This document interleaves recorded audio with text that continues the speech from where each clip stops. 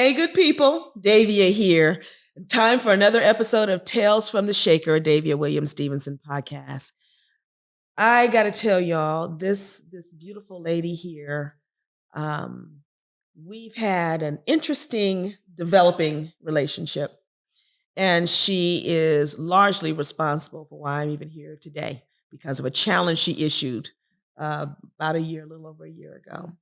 I am honored, humbled to bring you Chanel King, one of the most courageous and resilient and just beautiful souls I've ever come across.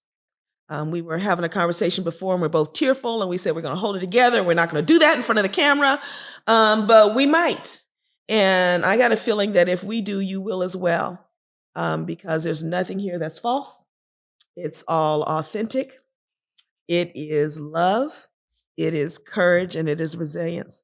I want to tell you a little bit about what she's doing. Actually, I'm going to have her tell you because I keep messing up all the acronyms of what you're doing. So we'll start with a little bit of a professional sketch, but as you know, I certainly want to applaud and honor, and I've been very grateful and fortunate that the people that have come and sat with me for my podcast have been doing some things professionally. And I think that's impressive. And I certainly want to support that. But I want to know about the journey because every one of us has gotten knocked down one way or another. I've had to come back. I've had to rebound. I've had to revision. And that's the story that we need. We all need that encouragement from. Mm-hmm. And I don't know a story more encouraging than your continuing to evolve story. And so I'm going to kind of turn things over to you to first tell me a little bit about what you're doing now. Cap City Rescue is her business. Follow that on Instagram at Cap City Rescue. Tell us about Cap City Rescue and how that came to be. All right. Where do I look? Anywhere you want. You look at me, you talk to me. All right. And if you feel like looking that way, go ahead. Okay. So Cap City Rescue Training is an emergency training company. I teach ACLS, which is an advanced cardio life support. It's for healthcare workers that work in emergency, ICU, med surge, and I want to say hospice care as well. And BLS, it's another important certification, basic life support. That is important for healthcare workers across the board. Everyone has to have that. First aid, how to use an AED, bloodborne pathogens, advanced bleeding control. So I that's what I do. My specialty is working with students that are from other countries that have language barriers.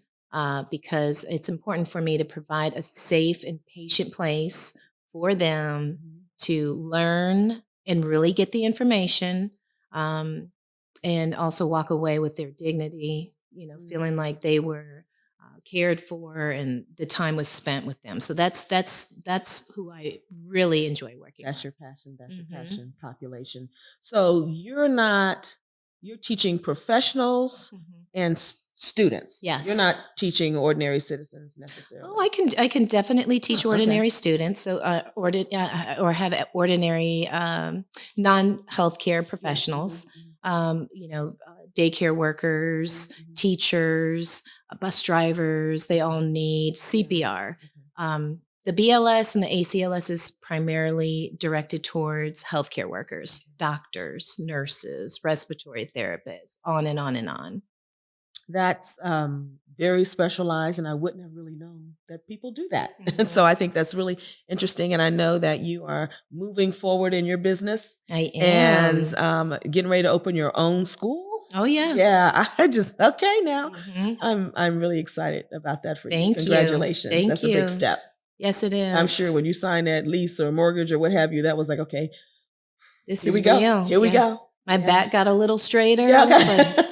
I was like, oh, I'm walking into something. Yeah. It felt really good. Yeah. I love that for you.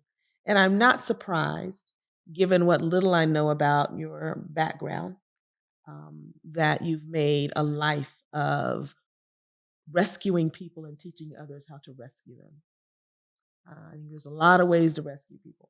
You're talking about basic heartbeats and our the literal essence of clinging to life.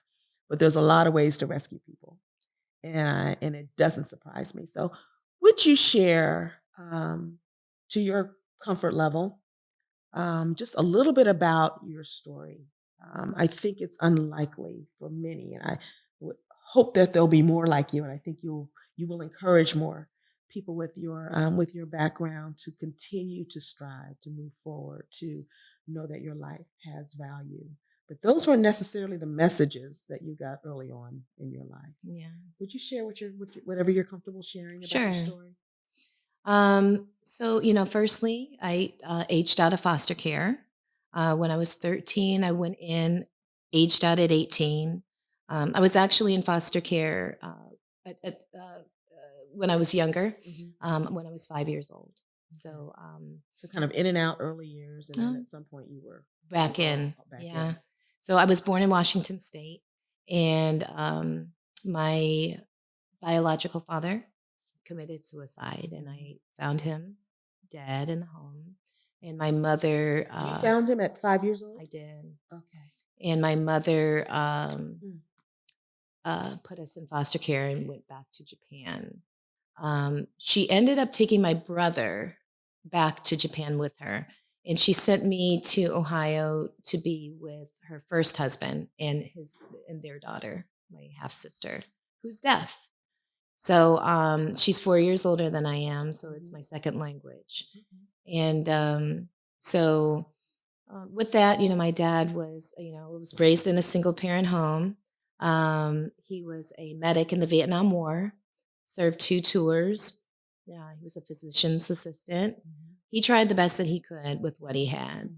Wait, this is your biological father or My your father by stepfather? proxy. By proxy. This is what your biological father is who died by suicide. Yes. This is your father by proxy. That's what you say. Okay. Yeah. Okay. And your half sister. Mhm. Gotcha.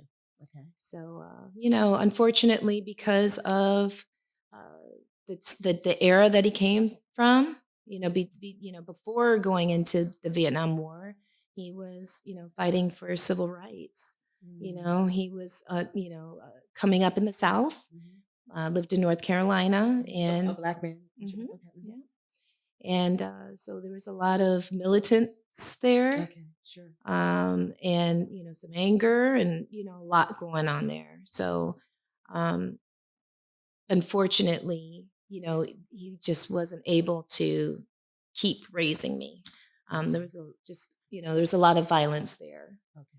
Um, but the thing about it is, I never, in coming up, through all of that, I never considered that I had it the worst. I always had this outlet with God to just keep me strengthened, no matter how scared I would get. I always knew that God was there. I knew that He couldn't stop a beating, but I knew that He could comfort me in the end when it was over.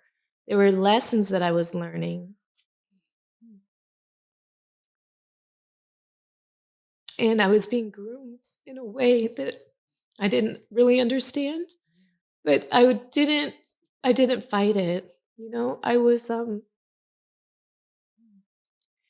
it might, for example, my dad might say that he put traps on everything in the house, right? So he would put traps on the cookies and traps on the chips. I rolled the chips down, put a safety pin or a paper clip there, and I drew a pen there. I put a trap on the chips, so I'll know if you took the chips. I counted the cookies, so I'll know if you took the cookies. With the 2 liters, he would put like a pen mark wherever we would drink to. Well, we wouldn't, whatever he would drink to. Right. And so, unfortunately, he would always think that I took something. It was tampered with. The soda is flat. You must have taken some of the soda, filled it back up to the line where I marked it. You need to go to your room, take your clothes off, and I'd be whipped.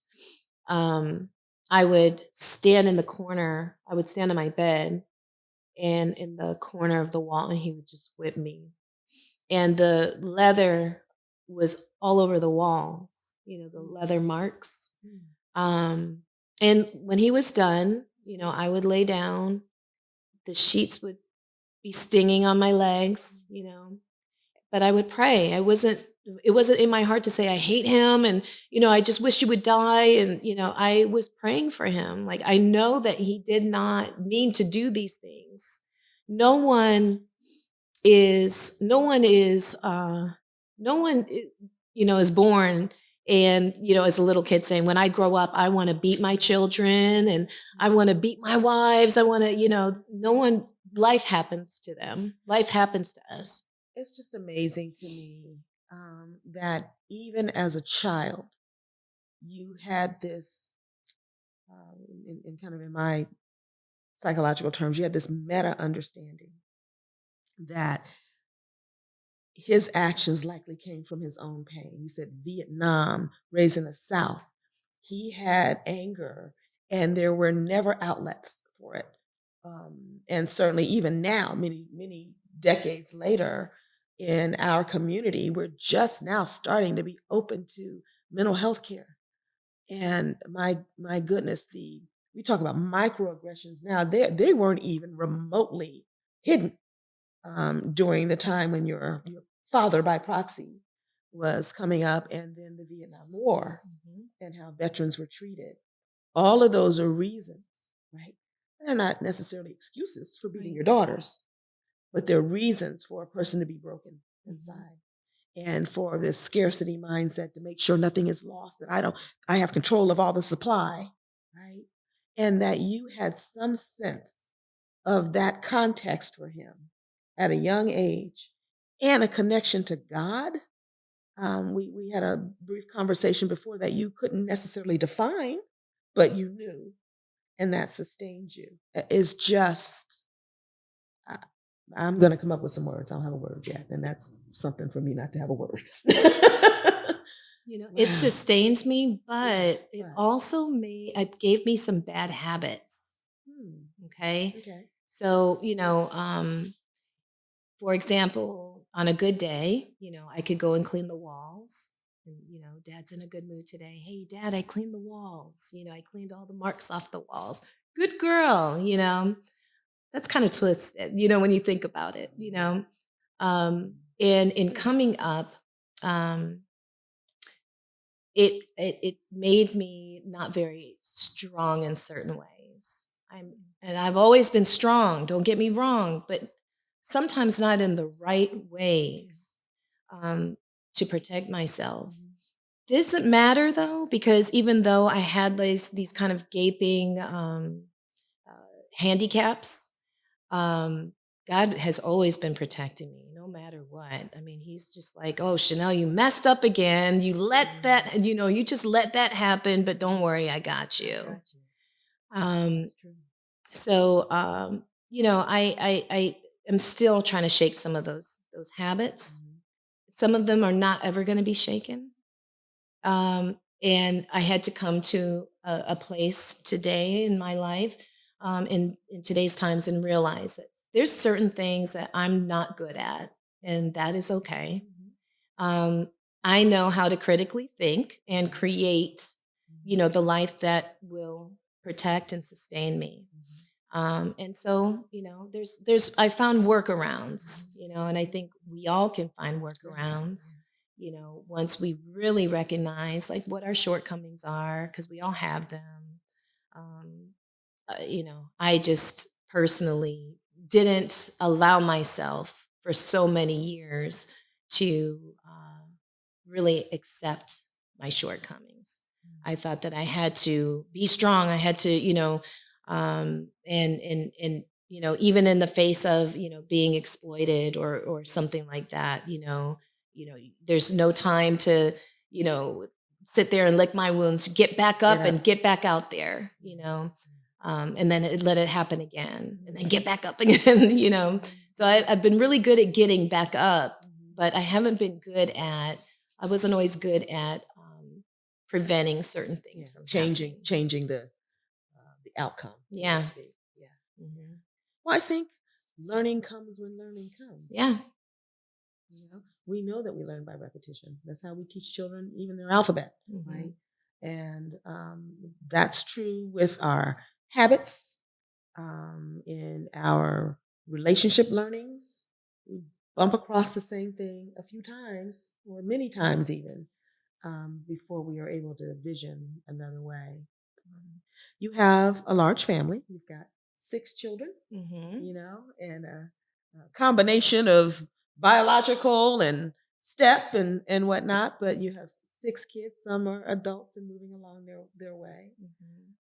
Married for how many years to your husband? It hasn't been long. Okay. We've been together 17 years. Okay. We've been married for 2 or 3 years. Okay. Yeah. But that's still a very long-term committed relationship. So, with children between you, the two of you have the baby is We the have youngest is yours, 2 you have 2. together. Okay. Yeah. And I know that you homeschool your children. I want to ask you about that a little bit. Do you? There's a number of homeschoolers. There was a time when Eric and I even considered that for my oldest son, Tyler. Many of our friends were homeschooled. So, but my question for you is how am I forming this question? Your decision to homeschool, does it have anything to do with your need to protect? You were on your own at a very young age and having to adapt to different homes, and all of them weren't protective and supportive. And I wonder, is some of your decision, you and your husband's decision to homeschool, about forming that for your kids? Well, I mean, our children have not been homeschooled up until the last 2 years. Oh, okay. So, it was primarily just the disruption. I really need a schedule. And so, getting them, ready for school. And then the school saying, you know what, we're going to close down too many, too So it many was all- infections. Now yeah. we have to figure it all out. I didn't want to go through that upheaval. Yeah. In trying to get the kids, back on another schedule. So I just wanted to homeschool and just wait and just make sure that, everything is on target and, under control before we send them back. The other thing too, I did want to just wait. I didn't want to be in a position where I had to get the kids vaccinated right away. I wanted to just wait a second. Now I'm vaccinated and I'm not trying to make this about, vaccinations, but, even being vaccinated, even being a healthcare worker, I can understand and sympathize with those that are, anti-vaxxers. They're, leery of the vaccine and all of those things. I get it. I totally understand because, I could see myself having that kind of feeling with my kids. I just want to wait. I want to wait and see how, how do the kids pan out, and hopefully they all, get the vaccine and they're doing just fine. But, if I have the opportunity and I'm able to stay home and homeschool, I'm going to go. I decided to go ahead and take advantage of that. How did I even not think about COVID as part of because I don't have any children at home. I don't have to think about that directly in regard to educating But my to kids. answer that question, to answer that question, I was definitely very, very close with my oldest. My daughter slept with me until she was 12. It is, customary in Japanese culture for kids to sleep with their parents, for that long. I wasn't raised by my mother though, so it's not like I did it intentionally, culturally, but it just happened coincidentally. So with Claudia, that's my oldest, I was so determined to love her and give her the mother that I never had. That was just so important to me. But unfortunately, I was young. I was, a month before I turned 22, I had her, and I had a lot of growing to do. I mean, when I came out of foster care at 18, I was like trying to figure out what to do. Where do I live? What do I, and so I hadn't even grieved yet for what had happened, what brought me to, foster care. What I didn't get a chance to grieve any of that, and I was just like, go, go, go, hustle, work and make a home and love my daughter, and and I'll tell you that even with Claudia, I made sure that I worked a nighttime job where I could take her to work with me so I could breastfeed. And then when I would get off of work, I would get on the bus and I would take her to, and I had a stroller. I would go to a restaurant, put her in the stroller, and I would clean the restaurant and I could have her with me. So, I was definitely had those kind of like, I got to keep my I'm babies keeping my baby close. close. Yes. But even still, I mean, it's a surprise. People just thought like, oh my God, this is like I've never seen love like this before. But I even still had to learn so many things myself and go through some struggles myself, and in turn, those things hurt her. And I'm just glad that that we're on a talking that we're talking. But she was pretty upset with me for a long time, and the only thing that I could give her was just my ear and my attention and my compassion. And she's like, and you did this, and you did this, and you did this, and you did this. And I'm like, I'm sorry, just keep it coming. Keep it coming. Let me explain to you what I was thinking about, and what my intentions were, or, this is what was happening with me. This wasn't you. And I'm so sorry, and I had to, and I still have to whenever she needs it. It's more than what I got.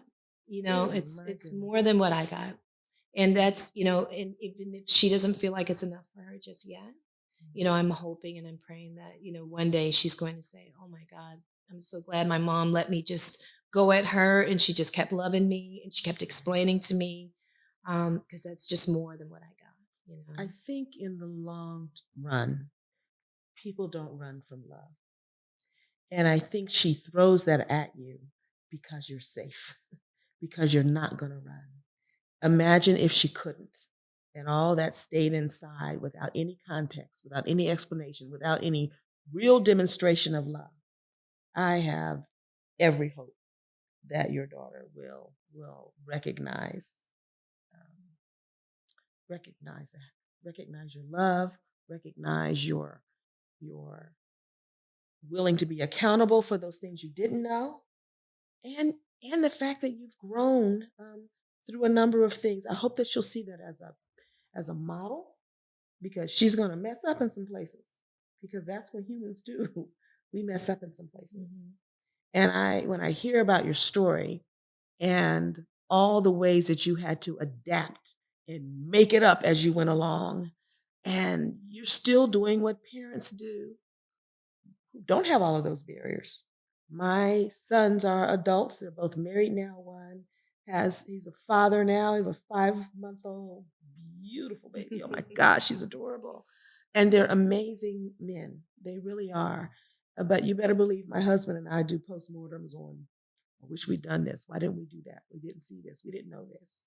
And we get some criticism from them. And it's hurtful at times, but you gotta take it because they're also figuring out their way. We were not perfect parents. We were good parents. And they will see that we were good parents. And we do what parents do.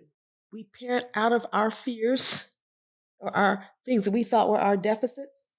And some of those things don't produce the same result you think.